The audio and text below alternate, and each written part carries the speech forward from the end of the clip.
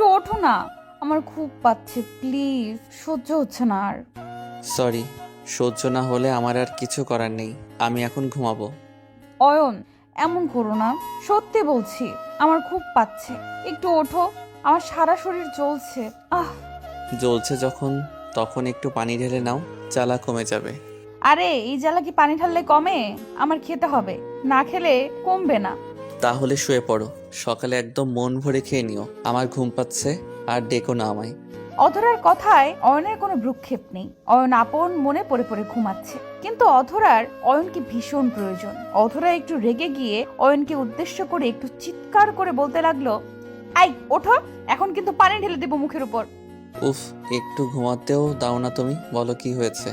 হুম, বলছি তো, আসলে আমার না ভীষণ ক্ষুধা পেয়েছে, খেতে ইচ্ছে করছে খুব। ও মা, ক্ষুধা পেলো কেন? রাতে তো হাজারবার বলেছি খাবার খেয়ে ঘুমাতে। কোথায় তখন তো বলছো না না আমি খাবো না, হ্যান ত্যান। এখন আবার কি করে ক্ষুধা লাগলো?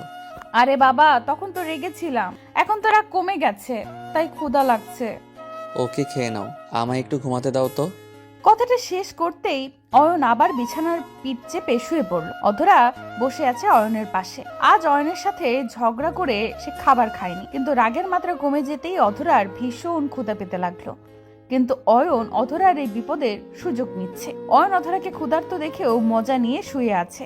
অধরা একটা দীর্ঘশ্বাস ফেলে আপন মনে বিড়বিড় করে বলতে লাগলো, তখন যদি অয়নের কথা মতো একটু ভাব দেখিয়ে খেতে চলে যেতাম, তবে আজ আমার এই দিনটা দেখা লাগতো না।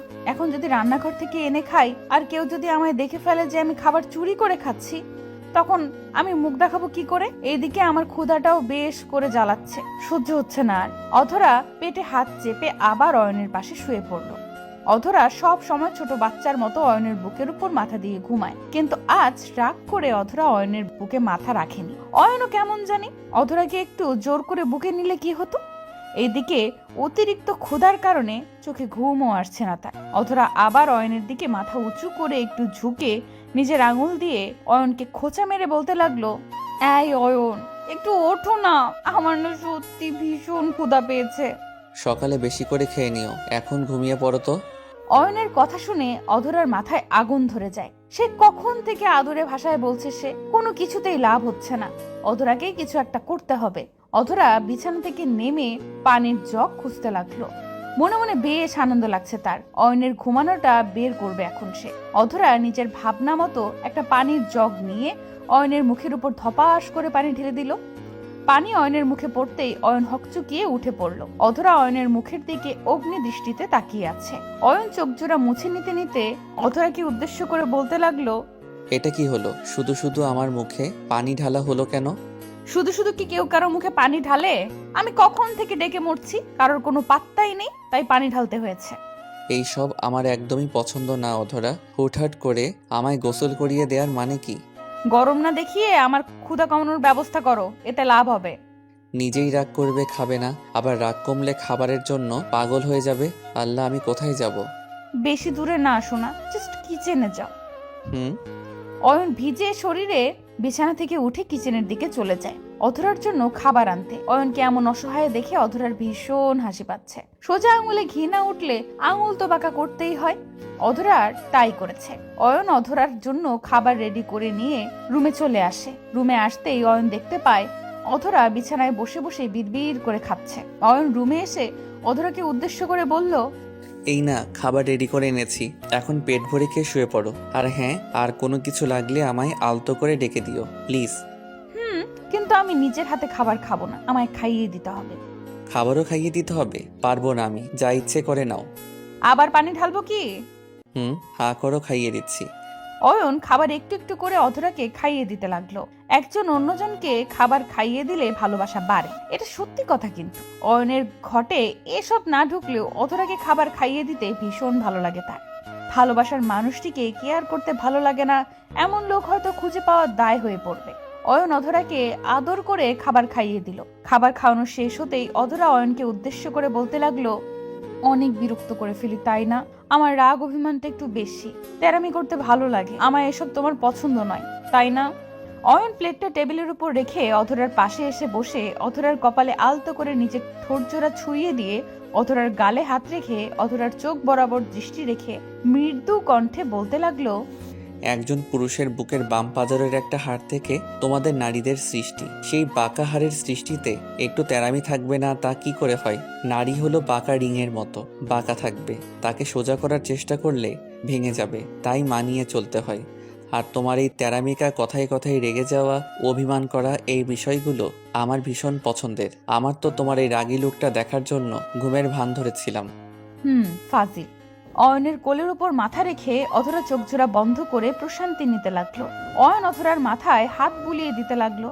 ভালোবাসার মানুষটি কাছে থাকা মানে নিজেকে সেফ হাউসে রাখা। অয়ন অধরার চুলে বিলি কেটে দিতে দিতে বলতে লাগলো, এই অধরা, আজকে একটু হবে? অধরা চোখের পাতা জোড়া আলগা করে অয়নের গালে আলতো করে নিজের হাত ছুঁয়ে দিয়ে বলতে লাগলো, থুর ফাজিল, সারাদিন শুধু আদর করতে ইচ্ছে করে তাই না? একদম মেরে আলু ভর্তা বানায় দিব। শুয়ে পড়ো, আমার ঘুম পাচ্ছে। ঘুম পাচ্ছে মানে? আমার তো পাচ্ছে না। তোমায় আমার থেকেও বেশি পাচ্ছে, তাই তো মরার মতো পড়েছিলে। তখন তো ফাইজলামি করছিলাম। এটা সেই ফাজলামোর সাজা। অয়ন মুখটা গম্ভীর করে নিল। অয়নের ভীষণ ইচ্ছে করছে অধরার ভালোবাসায় নিজেকে বিভোর করতে, তবে অধরা নানা অজুহাতে অয়নকে অপূর্ণ রেখে যায়। অয়ন একটা দীর্ঘশ্বাস ফেলল। অধরা অয়নের এই অশান্তির মানে ঠিক বুঝতে পেরেছে, কিন্তু অধরার কোনোভাবেই অয়নের আদর চাচ্ছে না। অধরা চাচ্ছে অয়ন তাকে জোর করুক, সম্পূর্ণ জোর খাটিয়ে অধরাকে নিজের করে নিক। তবে অয়ন তেমনটা করে না। অয়ন সর্বদা তার স্ত্রীর ইচ্ছেকে গুরুত্ব দেয়। অয়ন অধরার মাথাটা কোল থেকে আলতো করে তুলে বিছানায় শুয়ে পড়ে। অয়ন শুয়ে পড়তেই অয়নের উন্মুক্ত বুকটা স্পষ্ট হয়। অধরার এই বুকের উপর ভীষণ লোভ। হ্যাঁ, লোভ তো বটেই। অয়নের এই বুকে মাথা রেখে শান্তিতে ঘুমিয়ে থাকার লোভ অধরার অনেক পুরনো। তবে অয়ন অধরাকে বুকে টেনে নিচ্ছে না, দিব্যি শুয়ে আছে সে। অধরার আর অপেক্ষা সহ্য হলো না। অধরা ছোট বাচ্চার মতো অয়নের বুকের উপর চলে আসে অয়নের শূন্য বুকটা পূর্ণ করতে। অধরা অয়নের বুকে আসতেই অয়ন অধরাকে উদ্দেশ্য করে অভিমানী কণ্ঠে বলতে লাগলো, এই, এখন আমার বুকে কি? আমি যদি তোমার বুকে ঠাঁই না পাই, তবে তোমারও কোনো ঠাঁই নাই। তাই আমার বুকে তোমার ঠাঁই না, কিন্তু তোমার বুকে শুধুমাত্র আমার ঠাঁই। আমি দুনিয়ার সব কিছু সহ্য করতে পারলেও তোমার ভাগ অন্য কাউকে দিতে পারবো না। আর তোমার বুকে আমি ছাড়া দ্বিতীয় কেউ থাকবে এটা সহ্য করতে পারবো না। অধরা কথাটা শেষ করতেই অয়নের বুকে চলে আসে। শক্ত করে অয়নকে জড়িয়ে ধরে অধরা। অয়ন এই পিচ্চি পাগলিটার এমন আচরণে কষ্ট পায় না, বরং বেশ আনন্দ পায়। কারণ অয়ন তার স্ত্রীর এই দুষ্টু মিষ্টি ভালোবাসা পাবার জন্য ব্যাকুল হয়ে থাকে। সকাল হতেই অধরা অয়নের জন্য খাবার তৈরি করতে ব্যস্ত হয়ে পড়ে। অয়ন বিছানা থেকে উঠে ফ্রেশ হতে আসে। ফ্রেশ হয়ে অয়ন রুমে আসতেই দেখতে পায় অধরা অয়নের ড্রেস বের করে রাখছে। অয়ন অধরাকে দেখে মুচকি একটা হাসি দিল। পা টিপে টিপে অধরা অয়নের দিকে এগিয়ে আসতে লাগলো। অধরার কাছে এসে অয়ন পেছন থেকে অধরাকে শক্ত করে জড়িয়ে ধরলো। অধরা একটু অবাক হয়ে যায় অয়নের এই ছোঁয়ায়। অধরা জামা হাতে নিয়ে অয়নকে উদ্দেশ্য করে বলতে লাগলো, আই, কি করছো?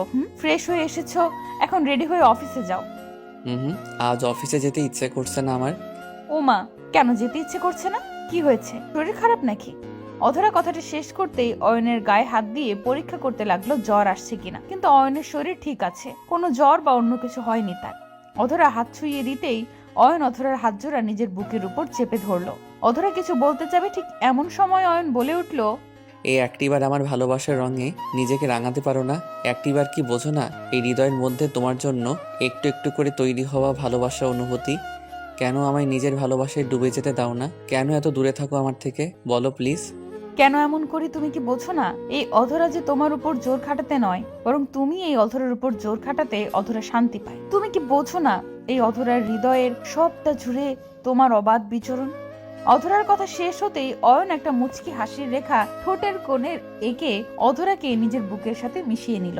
অধরার এই কথাগুলো অয়নকে বেশ আনন্দ দিল। অধরা অয়নের বুকের মধ্যে নিজেকে অন্য এক অধরা আবিষ্কার করলো। অয়ন অধরার থুতনিটা ধরে অধরার মুখটা তুলে অধরার কপালে নিজের ঠোঁট ছুঁয়ে দিল। অধরা চোখ বন্ধ করে অয়নের ঠোঁটের আবেশ নিল। অয়ন অধরার ঠোঁটের দিকে তাকিয়ে ওই ঠোঁটের মায়ায় পড়ে যায়। আলতো করে নিজের ঠোঁট জোড়া অধরার ঠোঁটে ছুঁয়ে দিতেই অধরা পরম আবেশে অয়নের ঠোঁট জোড়া নিজের দখলে নিয়ে নেয়। অধরার কিস করার তালে অয়ন নিজের গতিবেগ হারিয়ে ফেলে।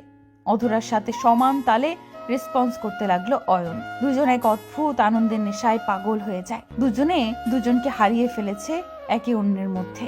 অয়ন অধরার ঠোঁট জোড়া আলগা করতেই দরজায় নক করার শব্দ ভেসে আসে তাদের কানে। অয়ন অধরার কোমর ধরে আছে।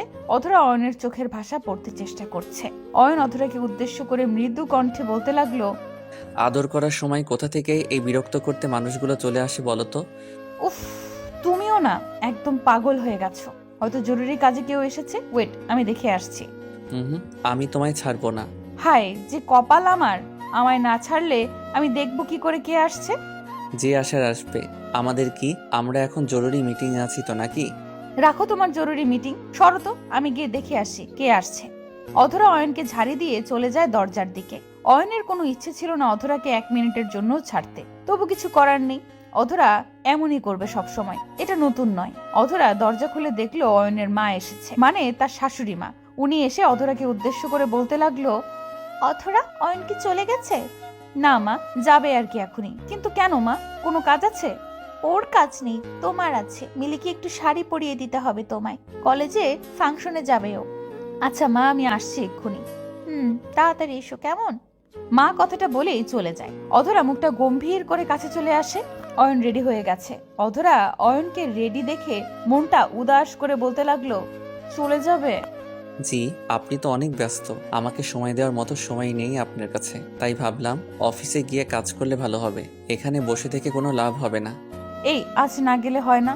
আমার না পেটের মধ্যে কেমন যেন করছে, আর মাথাটাও ঘুরছে। জি, কিন্তু আজ তো আমার অফিসের কাজ আছে সোনা, সমস্যা নেই। আমি বাসায় এসে তোমার সাথে বসে একসাথে লাঞ্চ করব। জাস্ট অফিসে যাব আর আসবো। কেমন সোনা? তুমি একটু রেস্ট করো, দেখবে ঠিক হয়ে যাবে। অয়ন নিজের ব্যাগ গুছিয়ে নিয়ে অধরাকে জড়িয়ে ধরে চুমু খেলো। অয়নের চুমুতেই অধরার শুকনো ঠোঁটের কোণে হাসির ঝিলিক দেখা দিল। অধরা হাসি মুখে অয়নকে বিদায় দিল। অয়ন গাড়ি নিয়ে অফিসে পৌঁছাতেই হঠাৎ করে অয়নের ফোনটা বেজে উঠলো শব্দ করে। অয়ন ফোনটা হাতে নিতেই দেখতে পেল অধরা কল করেছে। অয়ন ফোনটা পিক করতেই অধরা ওপাশ থেকে বলতে লাগলো, শোনো, আজ বাসায় তাড়াতাড়ি আসবে, একটা গুড নিউজ আছে। কি নিউজ? আগে বাসায় আসতে হবে, তারপর বলবো, এখন রাখি। অধরা কলটা কেটে দিল। অয়ন বুঝতে পারলো না আসলে গুড নিউজটা কি। অয়ন অফিসের কাজ দ্রুত শেষ করে বাড়ি ফিরে এলো কৌতূহল নিয়ে। রুমে আসতেই অয়ন দেখতে পেল অধরা বিছানায় শুয়ে আছে। অধরার পাশে তার বোন মিলি বসে আছে। অয়ন রুমে ঢুকতেই মিলি বলে উঠল, ভাইয়া, ভাবি মা হতে চলেছে। আমি ফুফু আর তুই বাবা। নতুন সদস্য আসছে আমাদের বাড়িতে। মিলির কথা শুনে অয়ন অবাক হয়ে যায়। একটা প্রাণ খোলা হাসি অয়নের ঠোঁটের কোণে চলে আসে। অয়ন বাবা হতে চলেছে, কথাটা অয়নকে বেশ আনন্দ দিল। অয়ন দৌড়ে অধরার কাছে বসে অধরাকে জড়িয়ে ধরলো। অধরা লজ্জায় মুখ লাল করে ফেললো। অয়ন অধরার কপালে চুমু খেয়ে অধরাকে বলতে লাগলো, আমরা এখন মা বাবা হয়ে যাব। উফ, আমার তো ভাবতেই শান্তি লাগছে। তুমি খুশি হয়েছো? আমার স্বামী খুশি হয়েছে আর আমি খুশি হব না তা কি করে হয়? আমি বেশ খুশি। আমাদের ভালোবাসার অংশটা আমাদের কোল আলোকিত করতে আসছে। অধরা অয়নের বুকে মুখ লুকিয়ে ফেললো কথাটা শেষ করতেই। লজ্জায় মেয়েটা একদম লাল হয়ে আছে। মা হবার অনুভূতিটাই অসাধারণ। এই অনুভূতির কথা প্রকাশ করার ক্ষমতা কারণ নেই।